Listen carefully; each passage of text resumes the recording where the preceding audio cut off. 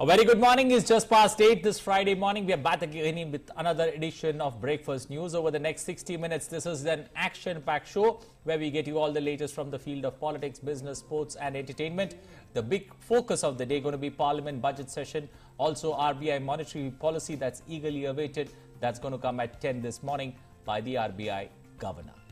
Absolutely, yes. In fact, and apart from those important developments, we'll also get you all the updates from the 13th edition of the Aero India 2021 and how that has really showcased, India's cutting-edge technology and capabilities in the defense sector, in the aerospace sector. We'll get you all of that and more news on the India-England series that, in fact, will start and how this is going to be so very crucial as far as deciding the second finalist of the World Test Championship that takes place at the Lords in June this year. Well, it's going to be an interesting contest between bat and ball. Remember, after a very long time, we get to see cricket action live in India, and even though fans are not allowed, it's going to be a welcome comeback, especially for cricket fans, not only in India but across the world, to catch the two best teams in action as they vie for glory. Yes, surely all of that and more news from across the web, sports and business updates. But first, a look at the headlines. President Ramnath Kovind to address valedictory function of Aero India 21 at the Air Force Station in Bangalore, Sri Lanka. Bandhan ceremony for signing of MOUs, products, launch and announcements to be held today.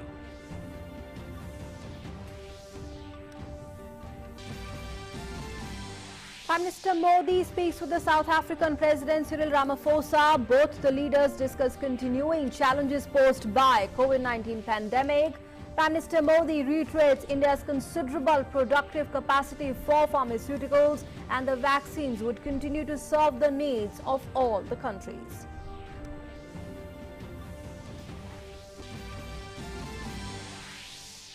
Rajya Sabha to continue discussion on motion of thanks on President's address.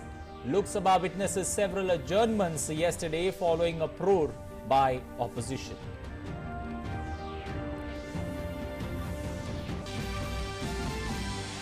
Delhi police file a case over inflammatory tweets by the foreign celebrities. Investigation on under various sections of the IPC into their comments over farmers' protest. The government alleges conspiracy to defame the country. The BJP claims assault on democracy, asks the opposition parties to introspect. Around 46 lakh doses of COVID-19 vaccine administered in merely 19 days. Delhi to reopen schools for class 9th and 11th as well as colleges and degree diploma institutions with following COVID protocols.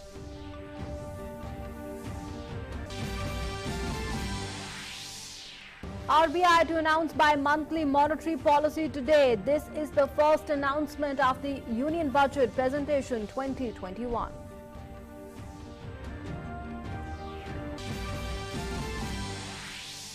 UN Security Council calls for the release of Myanmar's leader Aung San Suu Kyi and others detained by the military, stresses the need to uphold democracy but stop short of condemning this week's coup. And in cricket, India and England to clash in the first of the 4 test matches at Chennai. Team India led by captain Virat Kohli hopes to clinch the series and reach the final of the World Test Championship.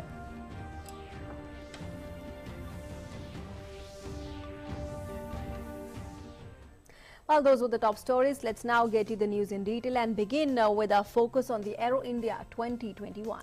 Well, that's going to be the top story there. It's the final day of Aero India 2021 and President Ramnath Kovind will address the valedictory function of Aero India 2021 at the Air Force Station in Sri Lanka in Bangalore today. Bandhan ceremony for signing of MOUs, products, launch and announcements are also to be held today. The day would also include Startup Manthan, which features startup ventures in arms manufacturing and technology being awarded for their technological innovations. The IDEX program of Defense Ministry will be certifying the 4th set of technologies and solutions to challenges set by the armed forces. The country's premier aerospace and defense exhibition, Aero India, took off in Bangalore on Wednesday. The 13th edition of the biennial international event at the Air Force Station, Sri Lanka, is the world's first hybrid aerospace show. The Aero India show is a military expo held to show the accomplishments of the Air Force and also to drive up investments and exposure. The 3-day expo will conclude today.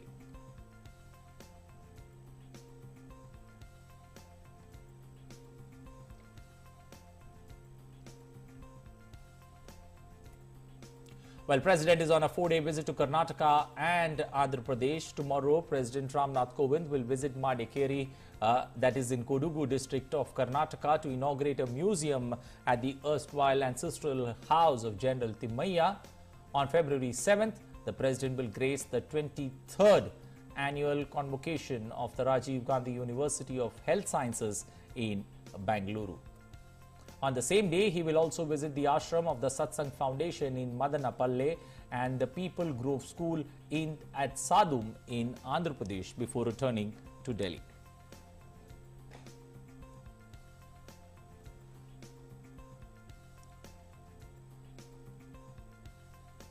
Well, for more on the story, we are joined by our correspondent Nandita Dagar joining us this morning from Bengaluru. Nandita, good morning.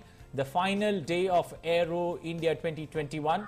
What's in store today? Are there, there are many significant highlights of the 2 days that we have witnessed. But what's going to be the highlight of day 3 of Aero India?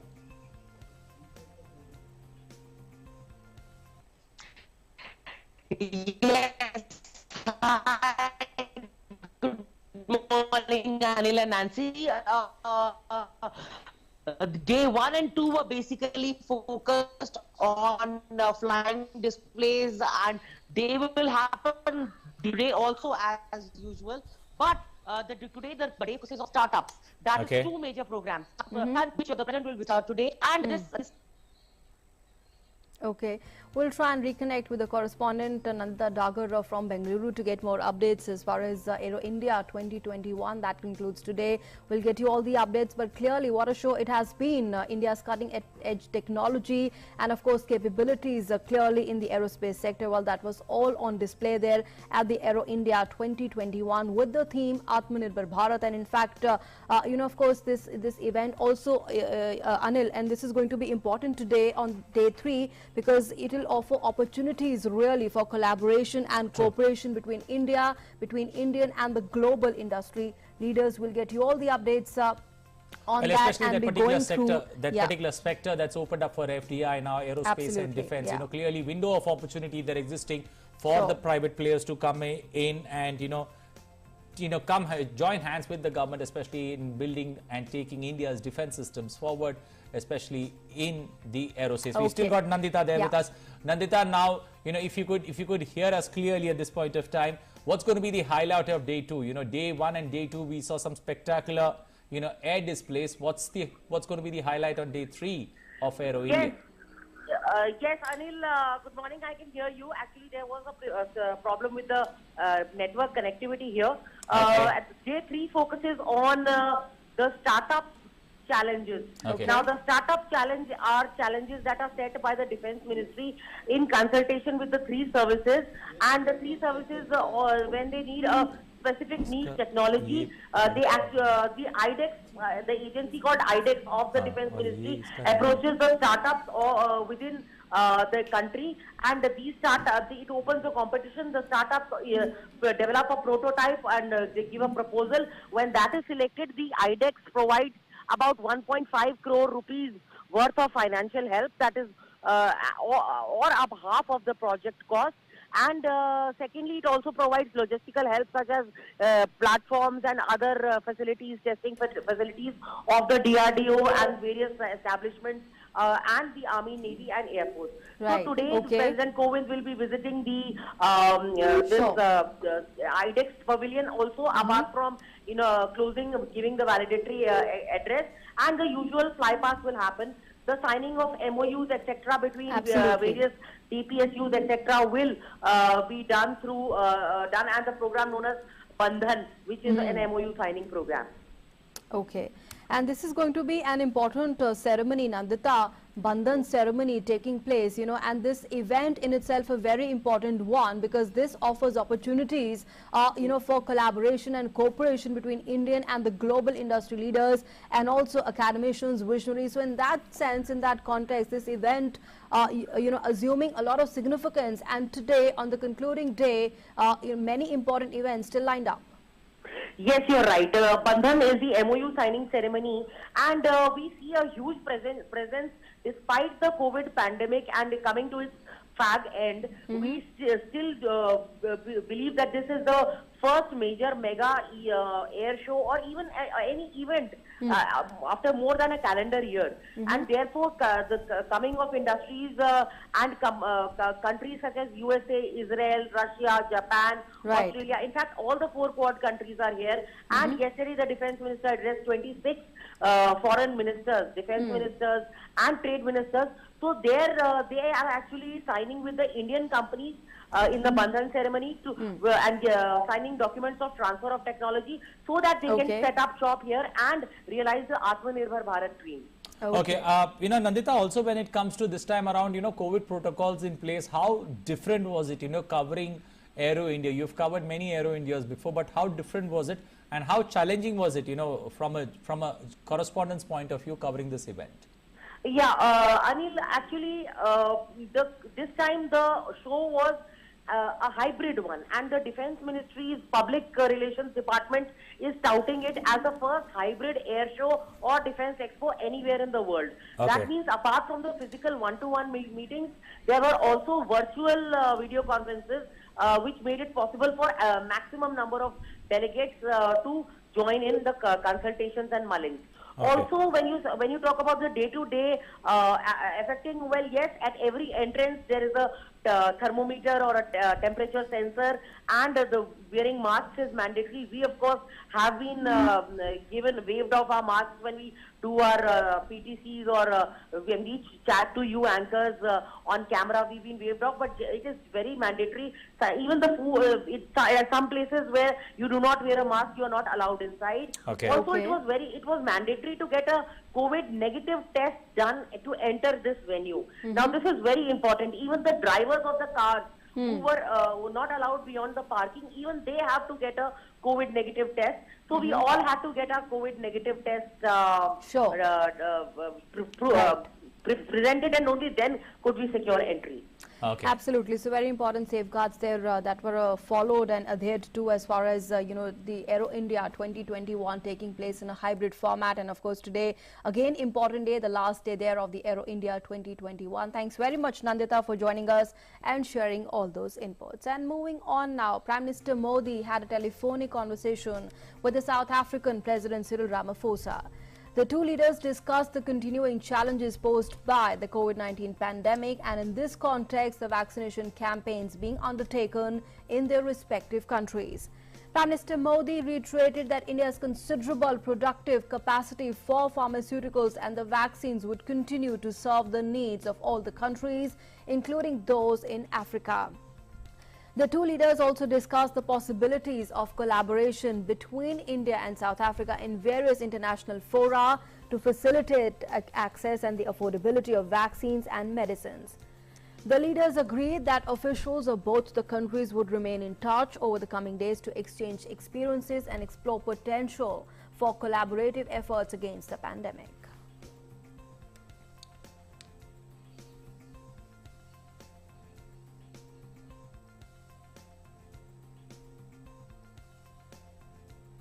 Well, moving to the budget session of Parliament, what's in store today? In Parliament today, Rajya Sabha is slated to resume discussion on the motion of thanks to the President's address. A total of 15 hours have been allotted for the discussion.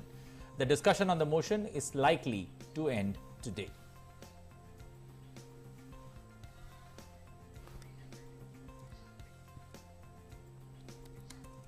Well, for more on the story, we've got our correspondent Vishal Baristo joining us this morning, giving us an update on what's in store for Parliament. Vishal, good morning. Vishal, what's in store? We've seen Rajya Sabha at least, moving in the right direction. Lok Sabha seeing a lot of disruptions. But what's in store, in both the houses? What can we expect today, especially on day 7 of the budget session? Well, a very good morning to you, Anil and Nancy. Yes, lots more in store, but it depends if opposition is ready to participate, especially in the lower house, because yesterday we saw Rajya Sabha functioned very well, and today the discussion would come to an end. The 15 hours period which was given to them would be finished today in the Rajya Sabha because it's been functioning normally and smoothly, but ruckus continued in the parliament time and again it was adjourned. So it is to be seen as to whether opposition is really interested in carrying on with the business. As far as the important things are concerned, the committee of privileges would be tabling its report. Also, the standing committee of social justice and empowerment would also be tabling its report. Yes, the MOS parliamentary affairs would also be giving a statement on the government business for next week in the parliament, which starts 8th of February. And Lockett Chatterjee would continue with her speech for motion of thanks on the president address. So it seems that the opposition, as I informed yesterday also, is like a divided house, because in Rajya Sabha they thank women, and in the lower house they do not allow the house to function. Time and again, different leaders, especially Adhir Ranjan Chaudhary from Congress and TMC, they are disturbing the proceedings of the House. And Anil, it was very unusual to see, but at the same time quite understandable, because we are having elections in 5 different states, and all the opposition parties, they seem to be a divided house, because they are contesting elections in different formats. Because in Bengal, TMC is fighting a triangular battle with left Congress combined and BJP, and the same Congress is fighting battle with the left in Kerala. So they do not know how to even protest, because they are a divided house. But it is not at all accepted, because when you thank the chairman in the upper house, then you should allow the house to function, because after all you've been sent to the parliament to discuss the issues, to raise issues of national importance, especially of your own constituency. Okay. All right, Vishal, thanks very much for joining us for the moment and sharing all those inputs as to what we can expect from Parliament today. Thanks very much. We'll be covering the Parliament proceedings as well and getting more inputs on that. And moving on now, the Delhi police have filed a case over inflammatory tweets by foreign celebrities. The investigation has been launched under various sections of the IPC into their comments over farmers' protest. Here's a detailed report. The agitation that has been on against the amended farm laws in and around the national capital for over the last 2 months took a new turn when an international conspiracy to target India's unity and democracy using the farmer agitation was exposed. Several international personalities have posted on social media in recent days indicating a concerted move towards this. Delhi Police Cyber Cell took action, registering a case under provisions such as conspiracy to commit sedition and enmity between different groups under the IPC. No one has been named in the FIR and a probe is underway. ये हमारे संज्ञान में आया है, और अगर आप 26 जनवरी और उसके आसपास के इवेंट्स को देखें तो आपको ये मालूम होगा कि ये बिल्कुल कॉपी कैट बिल्कुल एग्जीक्यूशन था. जिस तरह का प्लान इस डॉक्यूमेंट में है, उसी तरह की एक्टिविटीज ग्राउंड पे भी दिखाई देती हैं. तो इसका संज्ञान लेते हुए दिल्ली पुलिस ने जो ऑथर्स हैं टूल किट के, उनके खिलाफ एक केस दर्ज किया है. धारा 124A, 153A, 153 और 120B IPC में, जिसका की इन्वेस्टिगेशन दिल्ली पुलिस की साइबर सेल द्वारा किया जाएगा. The central government also came down hard against certain international figures for posting about the farmer agitation on social media. जो टूल किट का मामला है वो बहुत गंभीर है, और साफ होता है कि कुछ ताकतें, विदेशी ताकतें भारत को बदनाम करने की साजिश कर रहे हैं. तो इस पर जरूर हम बाद में प्रतिक्रिया देंगे. The BJP attacked opposition parties on the issue, urging them to introspect. बहुत बड़ा षड्यंत्र हमारे लोकतंत्र के खिलाफ किया जा रहा है. 1 GB डेटा, 1 GB मटेरियल, ये सब उपलब्ध कराया गया उन ताकतों को, शक्तियों को, कि कैसे हमारे देश को कमजोर करे. किसान कानून तो एक बहाना है, हमारा पवित्र लोकतंत्र इनका निशाना है. हमारे जितने भी मतभेद हों, हम लोग आपस में कुछ भी कहें, लेकिन आज ये समय भी आ गया है कि विपक्षी पार्टियों को भी आत्मचिंतन करके अपने गिरबान में झांकना चाहिए।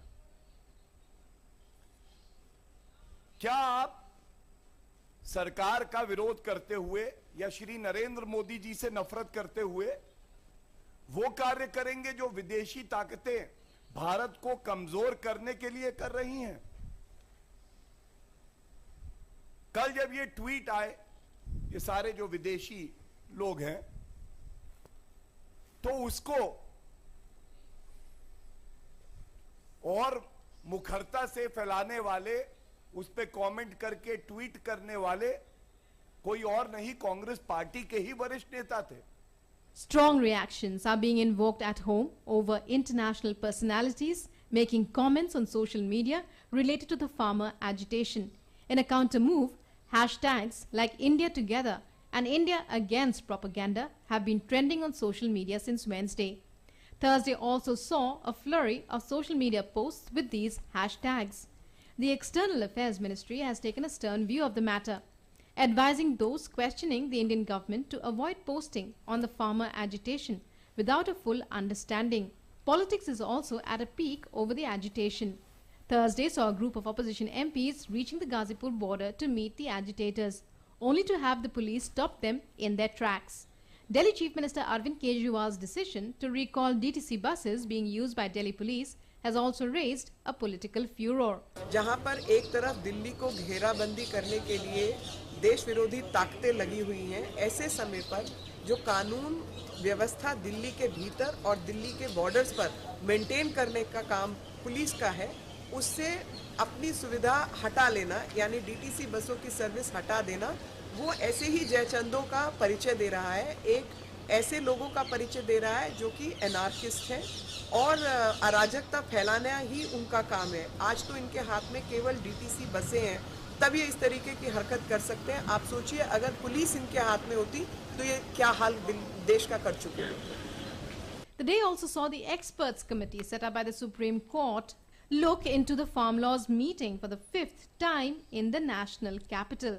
The meeting will extend to Friday. Committee members Anil Ghanwat, Dr. Pramod Joshi and economist Ashok Gulati said they are collecting views from farmer bodies and FPOs through personal appearances and through digital means in an impartial manner. The committee will submit its report to the top court by the 12th of March deadline. इस organisation से हम लोगों ने interaction किया है, तो सभी ने अपने बड़े फ्रैंक व्यूज और सजेशन हम लोगों को दिए। कई राज्यों से थे, महाराष्ट्र से, मणिपुर से थे, वेस्ट बंगाल से थे, तो कई राज्यों से आए। The farm reform laws are drawing support not only from within the country. The United States has also backed them. The State Department has said that the US recognizes that peaceful protests are a hallmark of any thriving democracy, and the Indian Supreme Court has also stated the same. It has said that it encourages any differences between parties to be resolved through dialogue, as it generally supports the Indian government's move to reform the agriculture sector, attracting more private investment and greater market access to farmers. With Shailendra Mishra, Neeraj Singh and O.P. Yadav, DD India. Well, around 46 lakh doses of COVID-19 vaccine have been administered in merely 19 days. Speaking at the media briefing, Union Health Secretary Rajesh Bhushan said active cases are less than 1,60,000 now and are further declining in India. The recovery rate has crossed 97% mark, while the cumulative positivity rate, which stands at 5.42, now is also further declining. Speaking about the largest vaccine drive occurring in the country, the Union Health Secretary briefed that the first 4 million vaccines were given within a record lowest period of 18 days in India. As per the latest data of the assessment system, more than 97% people are satisfied with the overall vaccination experience in the country.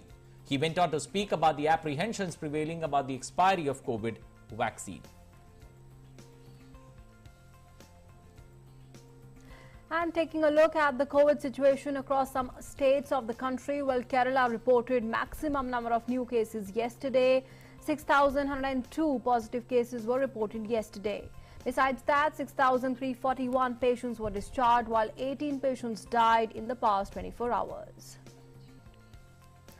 In Maharashtra, 2,736 new cases were registered yesterday. 5,339 patients were discharged, while 46 patients died in the past 24 hours. Currently, 1,78,676 people are in home quarantine and 1,911 people are in institutional quarantine. Tamil Nadu continues to make progress in the fight against COVID-19, with a daily case tally dropping below the 500 mark for the first time in months. A total of 494 persons tested positive for the virus across the state yesterday. 4 deaths were reported, while 517 patients were discharged in the past 24 hours. In the national capital, Delhi, 158 new cases of infection were reported yesterday. 165 patients were cured and discharged, while 7 patients died in the past 24 hours. Currently, there are 1,194 active cases in Delhi.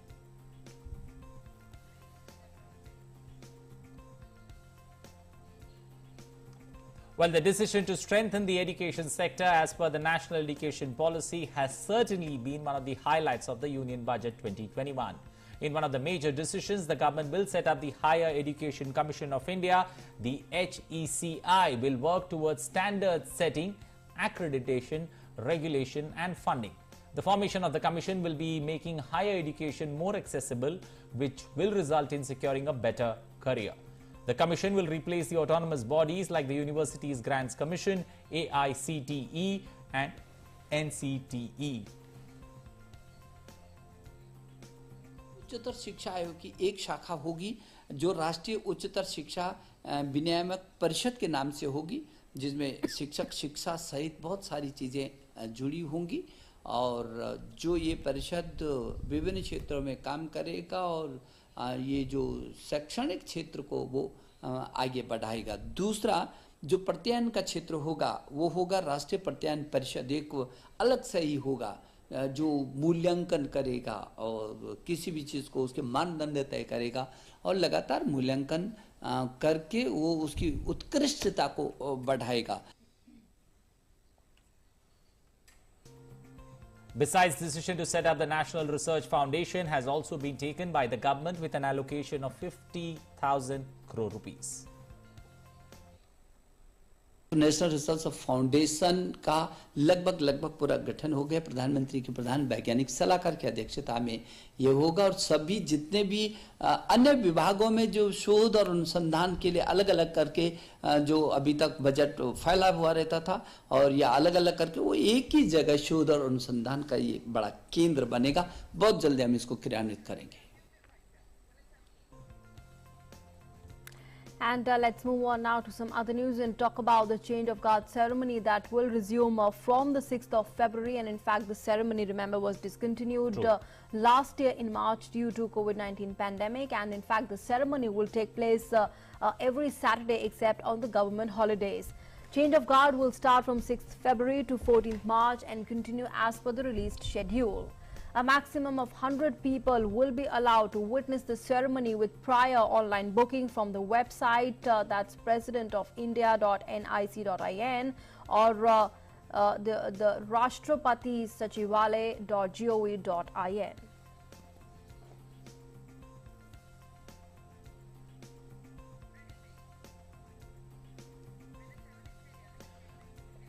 Well, Delhi schools will reopen for students of class 9 and 11 and colleges will restart from today, which have been shut since March last year in order to avoid the spread of the COVID pandemic.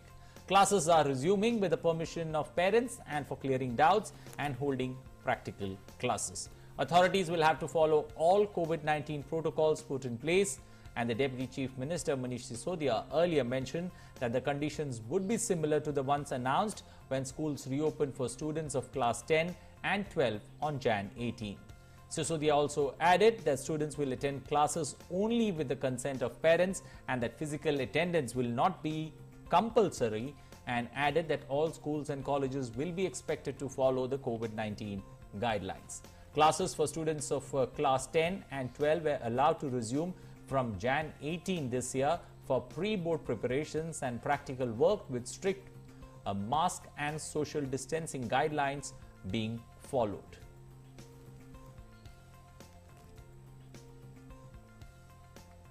And like we've been telling you, well, today is the last day of the Aero India 2021, and the last day will see the startup marathon that features the startup ventures in arms manufacturing and technology being awarded for the technological innovations. And lauding the startups in India, the Defence Secretary Ajay Kumar has said that the sector has shown tremendous ability. He also extolled government's initiatives in providing impetus to startups. The Defence Secretary also highlighted the need to incorporate more products of the startups to the larger audience. I think startups have done, shown tremendous ability. The question you asked is whether we need to do more. I would think yes. I think government has done, even in this budget, there are a lot of new incentives and areas of ease of doing business for startups, one-man company, and financial and fiscal incentives are there. We need to, from defense side now, we have to also make sure how do we incorporate the products and solutions which are produced by startups in our system. How do we enable them to expose their products to a larger audience? How do we expose them to work with the forces so that they can actually experience the real environment and the constraints of working in a real situation, so that they can configure their products according to that requirement. And this is something on which we are working more and more closely.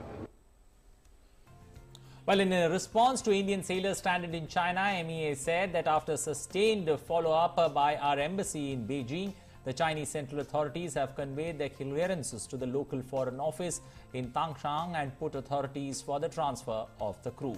This information has also been shared with the shipping company. The company, that's the shipping company's agent, we understand, has submitted a request to the local port authorities and is coordinating with them on the modalities for a crew change at the Kofodinian port. We hope that the crew change and now be effected at the earliest.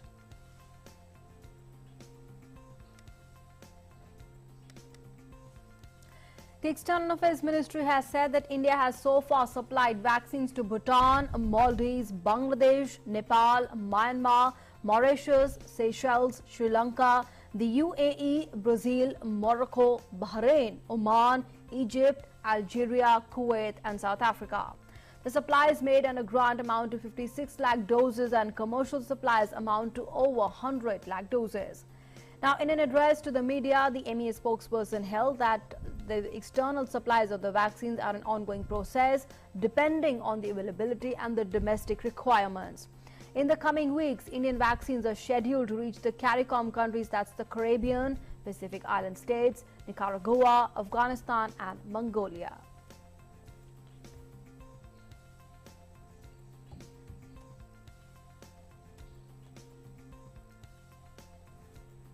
Well, India has welcomed the agreement between the US and Russia to extend the treaty of on measures for the further reduction and limitation of strategic offensive arms known as the New START Treaty by 5 years. In a statement, the MEA said, "We hope that this will promote dialogue and cooperation to help address international non-proliferation and disarmament issues." The New START Treaty is the last remaining arms reduction pact between the former Cold War rivals.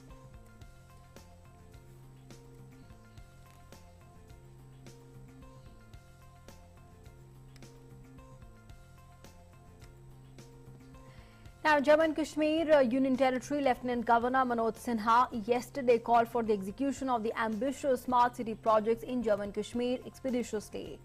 While chairing a high-level meeting of the administrative secretaries, experts on smart city projects and other stakeholders at the Civil Secretariat, Jammu, he passed on specific directions for exploring every possibility to achieve the desired results and asked the concerned officers of the smart city projects in the J&K to apply the learning gained from the experience of the officers of the Smart City Ahmedabad Development Limited during the implementation phase for various smart city initiatives.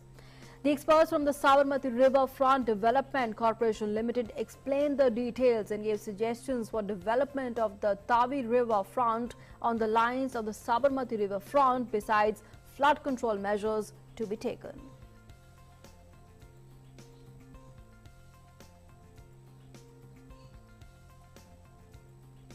Well, in an important development, the Divisional Commissioner Jammu, Sanjeev Verma, discussed the arrangements for the Sri Amarnath Yatra 2021 at a meeting with concerned officers on Thursday.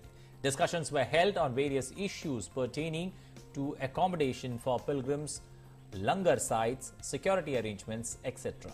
He directed the concerned officers to establish a welcome center, a medical center and a control room at Lakhanpur. The tourism department has been directed to float tenders for the repair and renovation works required at Yatri Niwas Jammu so that the same would be completed well before the commencement of the annual Yatra.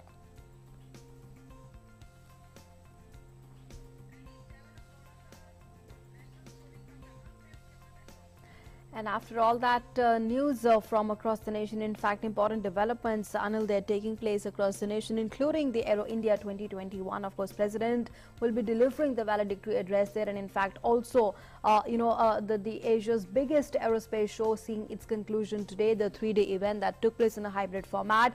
And in fact, important other national developments they're taking place as far as the vaccine Maitri initiative they're continuing by the government, and in fact the ministry spokesperson outlining the vision ahead, the roadmap ahead, but also in fact explaining the countries already that have been supplied with the vaccines developed by India. Well, after a look at all that national stories and especially vaccine Maitri story, it's time now to shift focus and take a look at all the stories that are making news internationally in our next segment.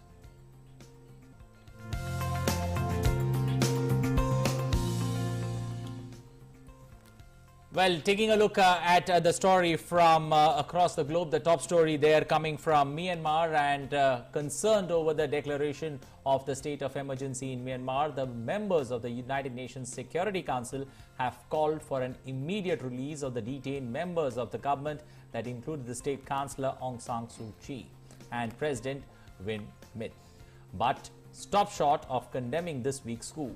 In a statement released by the Council on Thursday, the 15-member Council encouraged the pursuance of dialogue and reconciliation in accordance with the will and interest of the people of Myanmar. The members of the UNSC also expressed concern over the restrictions on civil society, journalists and media workers. Myanmar's leader, Aung San Suu Kyi, and several other members of the government were detained by military on the 1st of February this year, and a state of emergency was declared. And taking a look now at all the updates on COVID-19 from across the world, over 1,53 lakh cases of the virus have so far been reported worldwide, and in fact, while more than 7,70,83,800 have recovered from it. The tally of fatalities from COVID-19 has crossed 22,92,000 globally. Meanwhile, the US continues to remain the worst affected from the virus. Over 2,72,67,800 cases have so far been reported in the US, with the death toll standing above 4,66,800. While the US is trailed by Brazil in terms of the number of deaths, where more than 2,28,000 deaths have so far been registered due to COVID-19.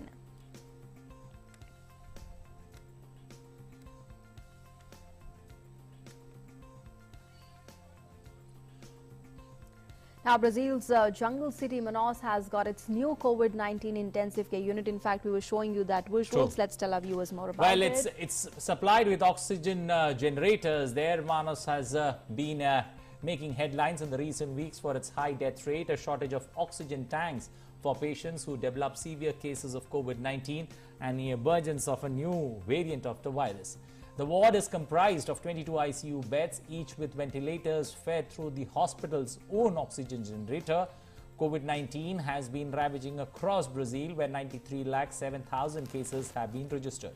The country has seen more than 2,28,000 deaths from the virus.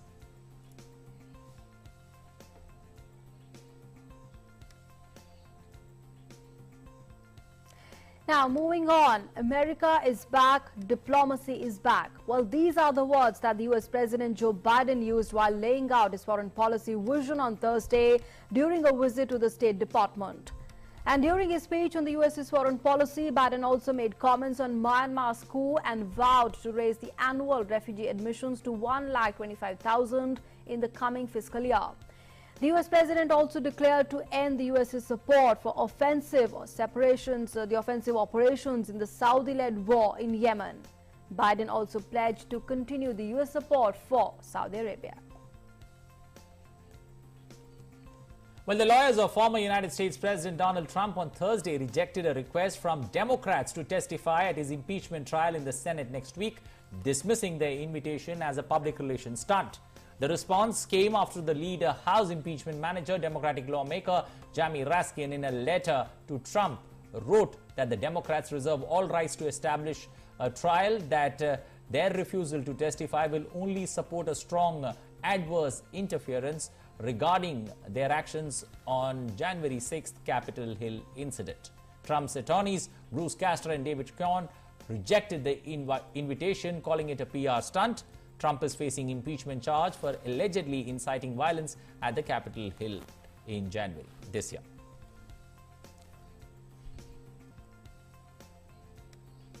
And staying with the news from the US, the House of Representatives have voted against Republican Marjorie Taylor Greene, stripping her of two high-profile committee assignments related to the House Budget Committee and the House Education and Labor Committee.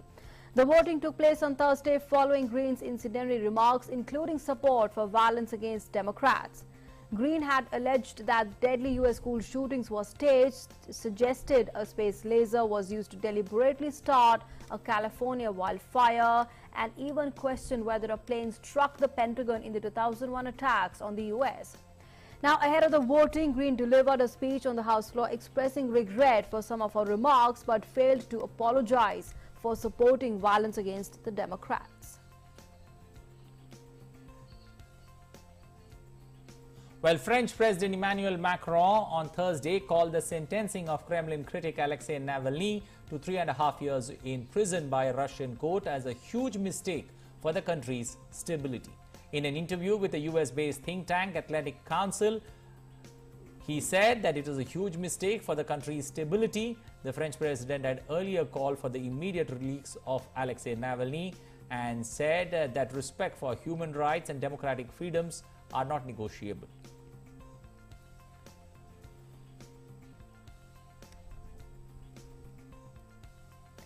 Now, in some other news, Bangladesh will receive 12.79 million doses of COVID-19 vaccine from the World Health Organization's COVAX facility. The COVAX Initiative for Equitable Global Access to COVID-19 Vaccines has announced the decision to provide the Oxford University AstraZeneca vaccine to Bangladesh by June this year. The vaccine is being provided to countries in proportion to their population. Apart from Bangladesh, in South Asia, India will get 97.2 million, Pakistan 17.2 million, Nepal 2.2 million, Sri Lanka 1.6 million, and Bhutan and Maldives 1.08 lakh doses of the vaccine each.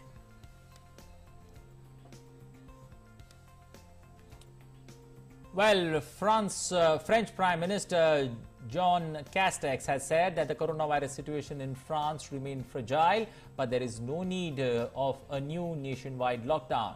Castex also said that the rate of infection had not significantly increased over the past 2 weeks, despite the pressure on the French hospitals that remain pretty strong. Castex informed that the first dose of AstraZeneca's vaccine should arrive in France by the end of this week. The country has 32,74,000 cases of the viral disease, while more than 77,900 people have died due to it. Now, Britain's Aston Villa football grounds have been turned into a mass COVID-19 vaccination centre. The centre would vaccinate around 1,500 people per day in the Birmingham city. Britain is currently rolling out a mass vaccination program, and more than 10 million people have been given their first shots of the COVID vaccine. The COVID-19 pandemic has killed 1,10,000 people in the UK, while 38,92,000 have been infected in the country. Britain had also launched a trial to assess the immune responses generated if doses of the vaccine from Pfizer and AstraZeneca are combined in a two-shot schedule. The initial data on the immune responses is expected to be generated around June.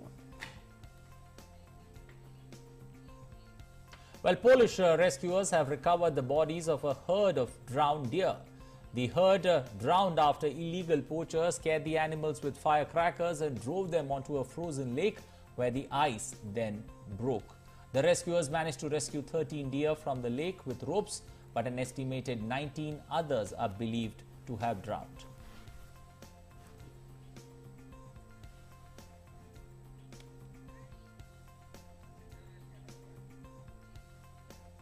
And after all that news from around the world, let's move on now to our next segment. And our next segment is, of course, the web review. We'll go across to our colleague and get you all the news from the World Wide Web this morning.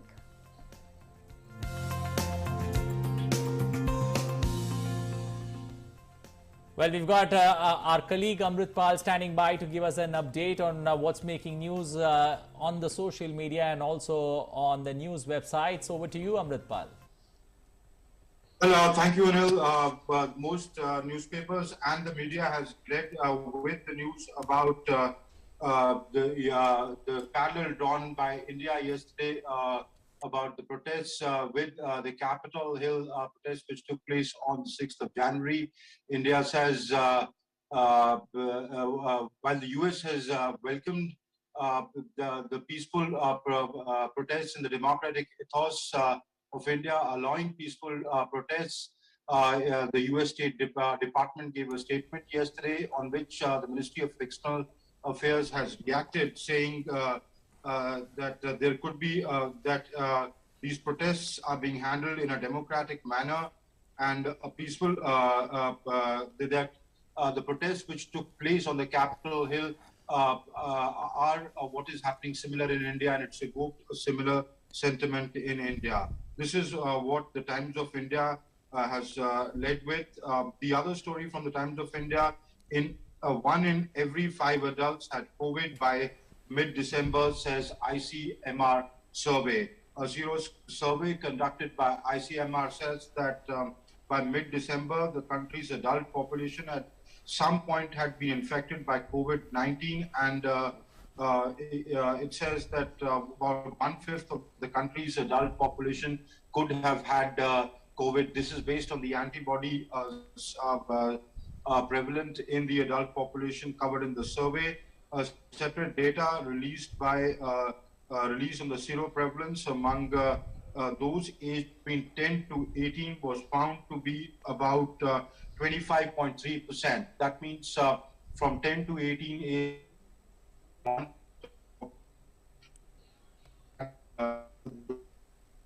could have got COVID, but they must have recovered from that. The Hindustan Times has a news related to COVID. It says Brazil records over 1,200 COVID-19 deaths for the 3rd straight day. Brazil, you know, after the United States and India, has the highest case load, followed by UK and Russia. So clearly,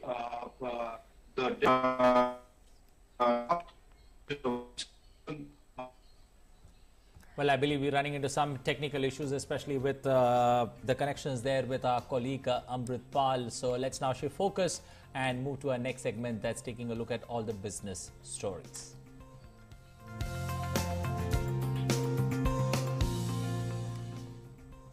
And the important development that's going to be taking place is the Central Bank, the Reserve Bank of India, announcing its bi-monthly monetary policy review today. The 3-day meeting of the RBI's Monetary Policy Committee, the MPC, began on Wednesday under the chairmanship of Governor Shaktikanta Das. While the bank is expected to maintain status quo in the bi-monthly policy rates, it is also believed that the bank will ensure measures to bring sufficient liquidity in the market to encourage investment in other sectors, including infrastructure. Now, this will be the first RBI announcement regarding monetary policy after the announcement of the Union Budget 2021. And in view of COVID, the RBI is continuously adopting a liberal approach and giving a lot of comfort to the people. And let's now go across to our correspondent Shama Mishra joining us with more updates on what we can expect from the monthly policy today. Shama, of course, on the expected lines, considering the economic situation and of course, as far as spending on the investment across the country, including infrastructure, ensuring liquidity in the market, RBI expected to maintain status quo? Yes, definitely. It is widely expected that RBI will be maintaining the status quo because they would be drawing the comfort from recent moderation, where we've seen headline inflation has come somewhere low, but not still in the comfort zone. But largely they are going to keep that in mind. There are upside risks as well, so that would be there. A need of caution would be there. Apart from that, we also know that the accommodative stance would remain there, and it will be continuing to remain for some time now, for some time more. Even with the statement going forward of Reserve Bank of India Governor, that will be an important thing to watch out for. Okay. How he says, he will be giving some clarity or maybe some guidance on pace of normalization of operator targets during the pandemic. And as we are seeing, the vaccination drive has begun. Vaccines have come in our country. And apart from that, we are also seeing green shoots in the economy. So the statement would be there to watch out for. Apart from that, like I've already said, inflation is the one thing that they need to keep in mind. Apart from that, we also seen that they need to ensure that there is liquidity in the system. Okay. So Shama, when you look at Shama, is there some kind of a dilemma that you see when this monetary committee meets? On one hand, you have a double-digit growth rate that the economy is looking at. On the other rate, you have a real, in a real time, interest rates that are negative. So is it some kind of a catch-22 situation when they deliberate and come out with the RBI monetary policy today? I don't think there'll be a dilemma in changing the policy rate, because one thing is quite clear that the Reserve Bank of India Governor has many times mentioned that even if you have all the arms and ammunition, you should not be using it at one place. And this would be the situation where each time in the monetary policy, the governor or the MPC would not be deciding to lower the policy rate, whether it is the repo rate or the reverse repo rate. And we've also seen that since May in 2020, since the pandemic had reached this peak, a lot of basis points has been reduced. If we are counting from February 2020. It has been almost 115 basis points that has been reduced. So liquidity has been ensured. And apart from that, we also saw that a lot of international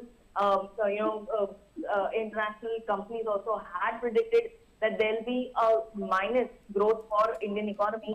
And we also did that. But apart from that, how our wheel of economy and wheel of the cost base, we are seeing that this particular GDP target or GDP expectation is reaching somewhere in the positive zone. So yes, I don't think there will be a dilemma for the Reserve Bank. There will be no dilemma there for the Reserve Bank, which means that there could be further momentum that could be seen in the stock markets today. Well, we'll keep our fingers crossed and hope that this particular monetary policy that's bi-monthly this time around does remain unchanged as Shama looked at it. And let's look forward to the day ahead when this particular monetary policy comes out at 10 a.m. I beg your pardon, by the RBI Governor Shaktikanta Das. All right, with that, with all the business news, in fact, taking a look at that, let's move on now, shift our focus, change gears, take a look at all the sports news.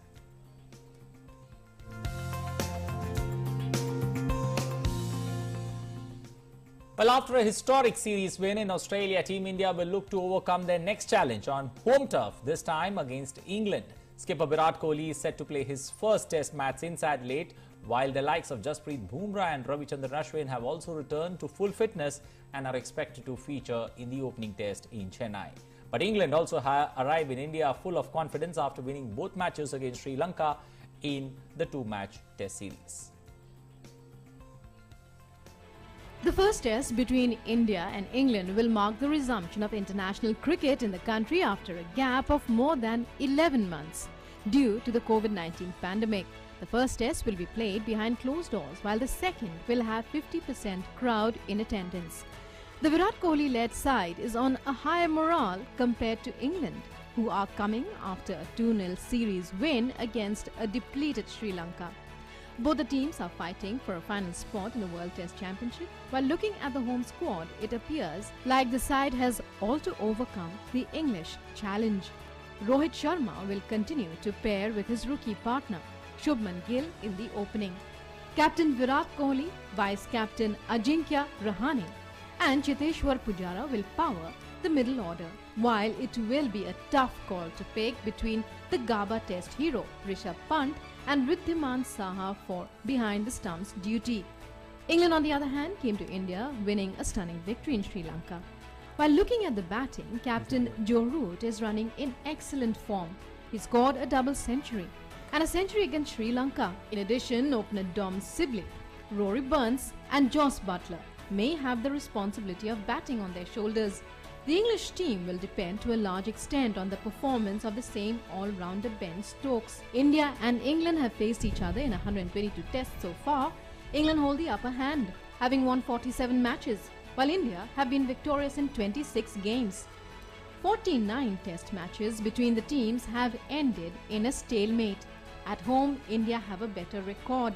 In 60 tests played in India, the hosts have won 19 matches, while England have been victorious in 13. 28 matches between the two teams have ended in a draw. Team India and England have produced some fabulous contests in Chennai, and the cricketing fraternity will hope for another one to take place on Friday. Sports Desk, DD India. Well, a quick update before the test match there. Akshar Patel has been ruled out of this particular first test, and Shahbaz Nadeem and Rahul Chahar have been called as cover-up there from that standby players into the Indian dressing room. All right, we'll keep you updated as far as the India-England test series is concerned. But moving on now to our next segment and taking a look at the weather conditions for today.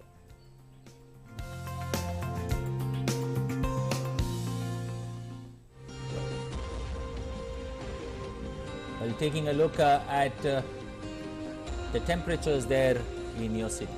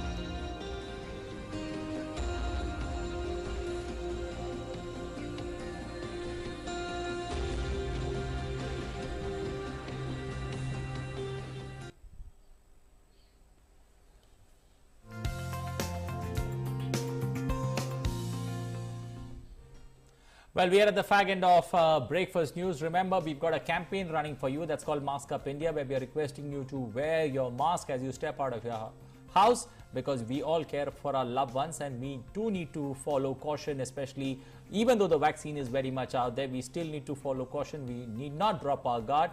And as me and Nancy step out of the studios, we're going to get our mask on while we move on, and we urge each and every one of you, absolutely, you take care of your loved ones and you do not forget to wear your mask as you step out of your house. Yes, take care of your loved ones and do that in a very responsible manner. And in fact, you can do that by just wearing a mask. That's the easiest, the cheapest and the safest way to protecting yourself against COVID-19. And we are, it's in fact a simple task. Just wear your mask. So with that appeal and urge, we are winding up this broadcast. But before we go, we are leaving you with some very beautiful visuals. So now with the tails wagging, I would say, Anil, because both of us are dog lovers, I believe. So clearly very interesting visuals for both of us, with the tails wagging to a chorus of barks and yelps. More than 24 dogs attached to wheels that support their disabled hind legs scrambled along a rocky path as part of their daily exercise. So before we leave you with that, we're leaving you with these visuals from Thailand's Chonburi as the courage and rigor of these dogs take to the streets. Take a look at those visuals, and we wish you a great day and a great weekend ahead. Thanks for being with us. Take care.